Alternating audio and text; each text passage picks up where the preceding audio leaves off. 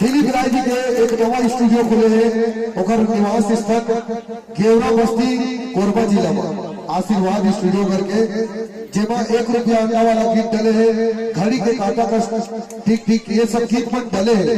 जी हाँ, तो मैं ये मंच के माध्यम से आप लोगों को बता दो, जे भाई बल्ला या जे बहनी बल्ला अगर डांस में अगर इच्छा रखता जेकर अच्छा खासा डांस करे के टैलेंट है बोला आशीर्वाद मंच ओकर स्वागत करते बिल्कुल। हमारे आशीर्वाद यूट्यूब चैनल में जेला भी एल्बम का काम करना है या गीत रिकॉर्डिंग करना है वो नंबर से संपर्क कर सकता। हमारा मोबाइल नंबर आप बल्ला हमारे चैनल के यूट्यूब डिस्क्रिप्शन में हमारा मोबाइल नंबर लिखे हुए है वो हमारा कॉल करके आप संपर्क कर सकता। खबर की ये लेकर हमारे दिलीप राजिया बहुत आगे लेके जाने वाला है। और बता दो अभी आप के बीच में दिलीप राय जी के सुपर डुपर हिट गीत चलने वाला है 1 रुपया अंडा वाला दिखेगा। ये गीत का सुनिएगा तो बिल्कुल मैं एक बार भी बता दूं ये गीत के 2 वीडियो बने हुए हैं जमा दिलीप राय जी पहला वीडियो में दिलीप राय जी है, दूसरा वीडियो में भी दिलीप राय जी है। लेकिन हर साथ एक झट लड़का हवा छुरा गछार कोरबा जिला के वो लेकर हमारे दिलीप राय जी अपने भैया दुलार और अपना आशीर्वाद दी। ये संजू भाई ये बिल्कुल आप 1 रुपया अंडा वाला गीत में देखे डांस करा येहू ला हमारे दिलीप राय जी ट्रेन करी से और येहू ला मौका दी। तो आज अपन कला से यहाँ आगे बढ़ के आज आप के भैया दुलार भाई भर आप के पवन से ग्राम पावन से गांव पावन से शहर कोटा गांव में आए हैं। तो बिल्कुल सुनबो दिलीप राय जी के सुमधुर आवाज में सुपर डुपर हिट गीत 2022 के। जी हाँ 1 रुपया अंडा वाला दिखे रहा एक बार जोरदार ताली हो जाए गीत में। और ये गीत में जैसे यूट्यूब पर डांस करे हमारे संजू भाई उसने आज आकर के स्टेज में डांस करी तो बिल्कुल नवा कलाकार बनला हमारे अपन स्टूडियो के माध्यम से मौका देते जेकर में टैलेंट हुई वो बिल्कुल हमसे संपर्क कर सकते। और अब सुनको ये बारों से गीत ला 1 रुपया अंडा वाला दिख रहा जी 2 ताली हो जाए।